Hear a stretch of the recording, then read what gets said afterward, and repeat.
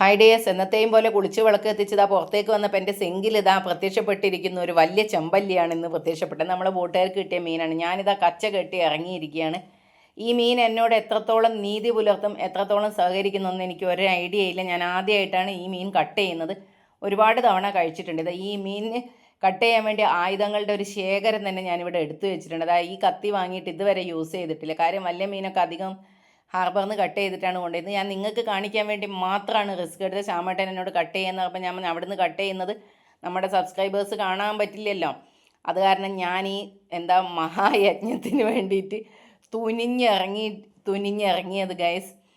ഉടൽ ഞാൻ എങ്ങനെയെങ്കിലും അത്യാവശ്യം നല്ല രീതിയിൽ കട്ട് ചെയ്തു. പക്ഷേ തല നോ രക്ഷ. ഞാനിത് ആയുധങ്ങളെല്ലാം ശ്യാമേട്ടന് കൈമാറിയിരിക്കുന്നു. പാവം ജിമ്മിൽ നിന്ന് ഇറങ്ങിയ മനുഷ്യന് മുട്ടയും പ്രോട്ടീൻ പൗഡറും കൊടുക്കുന്നതിന് പകരം ഞാനിത് ആയുധമാണ് കൈമാറിയിരിക്കുന്നത്. സാരമില്ല, നല്ല ചൂടോടുകൂടി മീൻകറി കഴിക്കാമല്ലോ. ഇതാ തല ശ്യാമേട്ടൻ അത്യാവശ്യം നല്ല രീതിക്ക് തന്നെ എനിക്ക് കട്ട് ചെയ്തത്. എനിക്ക് ഒരു രക്ഷയില്ല ഈ തല കട്ട് ചെയ്യാൻ വേണ്ടിയിട്ട്. പക്ഷേ ഇത് നല്ല ടേസ്റ്റാണ്. ഇത് കറി വെച്ചപ്പോൾ എന്താ ടേസ്റ്റ്. നിങ്ങൾ എപ്പോഴെങ്കിലും ഈ മീൻ കാണുകയാണെങ്കിൽ വാങ്ങിച്ച് കഴിക്കണം എന്തായാലും.